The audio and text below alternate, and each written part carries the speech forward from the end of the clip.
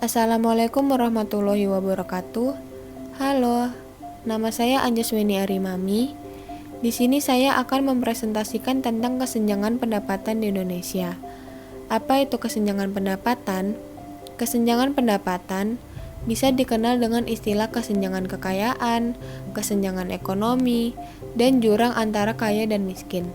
Mengacu pada persebaran ukuran ekonomi di antara individu dalam kelompok dalam populasi, atau antar negara. Di Indonesia pada awal pemerintahan Orde Baru, pemerintahan menetapkan kebijaksanaan pembangunan yang disebut dengan trickle dan efek, yaitu bagaimana mencapai laju pertumbuhan ekonomi yang tinggi dalam suatu periode yang relatif singkat. Dari gambar di bawah, saya bisa menjelaskan secara gamblang mengenai apa itu teori trickle dan efek. Jika orang kaya mendapatkan peningkatan kekayaan, maka mereka akan menggunakan sebagian dari kekayaan ekstra ini yang berguna untuk masyarakat dalam jangka panjang. Kekayaan ekstra akan menyebabkan peningkatan pada permintaan barang dan jasa. Peningkatan permintaan barang dan jasa akan menyebabkan peningkatan lapangan pekerjaan dan kenaikan upah. Atau, orang kaya juga bisa menginvestasikan kekayaan ekstra mereka jika mereka berinvestasi dengan mendirikan perusahaan baru atau melakukan ekspansi bisnis, maka akan menciptakan lapangan kerja baru sehingga mengurangi pengangguran. Pengeluaran dan investasi yang meningkat akan merangsang aktivitas ekonomi yang mengarah pada peningkatan pendapatan pajak negara. Penerimaan pajak yang lebih tinggi dapat digunakan untuk membiayai program-program publik seperti perawatan kesehatan, pendidikan, dan kesejahteraan bagi orang miskin. Adapun penyebab kesenjangan ekonomi atau pendapatan ini dipengaruhi oleh beberapa faktor, yaitu lajunya pertumbuhan penduduk, tingkat pendidikan yang rendah, kurangnya perhatian dari pemerintah, belum meratanya program pembangunan, masih terbatasnya akses masyarakat miskin terhadap pelayanan dasar, melonjaknya jumlah pengangguran di Indonesia, mahalnya pendidikan yang ada di Indonesia, terlahirnya ideologi kapitalis. Berikut merupakan grafik perkembangan Gini rasio Indonesia pada periode Maret 2017 sampai Maret 2020. Berdasarkan grafik tersebut, perkembangan Gini rasio di Indonesia tidak stabil. Menurut grafik tersebut, pada Maret 2020, tingkat ketimpangan pengeluaran penduduk Indonesia yang diukur oleh Gini rasio adalah sebesar 0,381.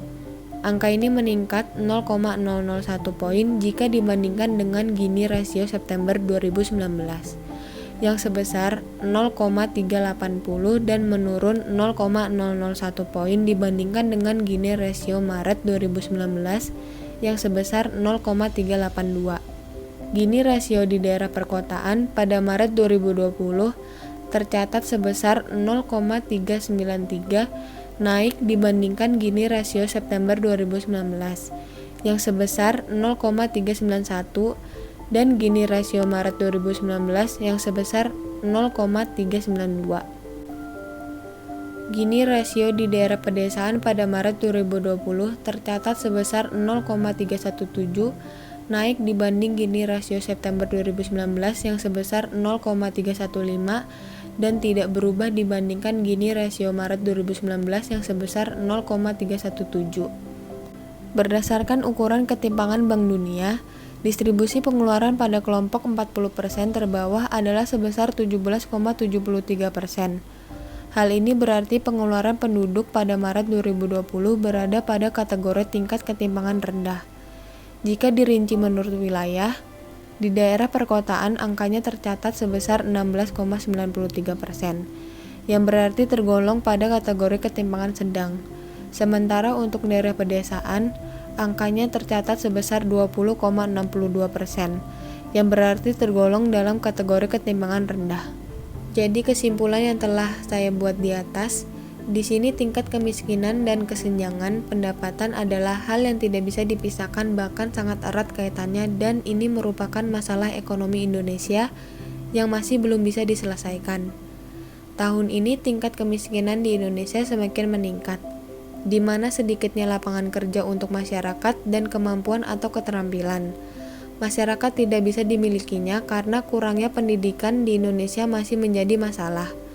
Maka dari itu, pemerintah harus memberikan lapangan pekerjaan bagi para pengangguran dan membuat bangunan sekolah untuk masyarakat yang tidak mampu. Masalah kemiskinan di Indonesia memang sangat rumit untuk dipecahkan, dan tidak hanya di Indonesia saja sebenarnya yang mengalami jerat kemiskinan, tetapi banyak negara di dunia yang mengalami permasalahan ini. Negara yang ingin membangun perekonomiannya harus mampu meningkatkan standar hidup penduduk negaranya, yang diukur dengan kenaikan penghasilan real per kapita. Indonesia sebagai negara berkembang memenuhi aspek standar kemiskinan, diantaranya merupakan produsen barang primer, memiliki masalah tekanan penduduk, kurangnya modal pembangunan, dan orientasi ekspor barang primer karena tidak mampu dalam mengolah barang tersebut menjadi lebih berguna. Sekian presentasi saya. Mohon maaf bila ada salah kata, semoga bermanfaat. Wassalamualaikum warahmatullahi wabarakatuh.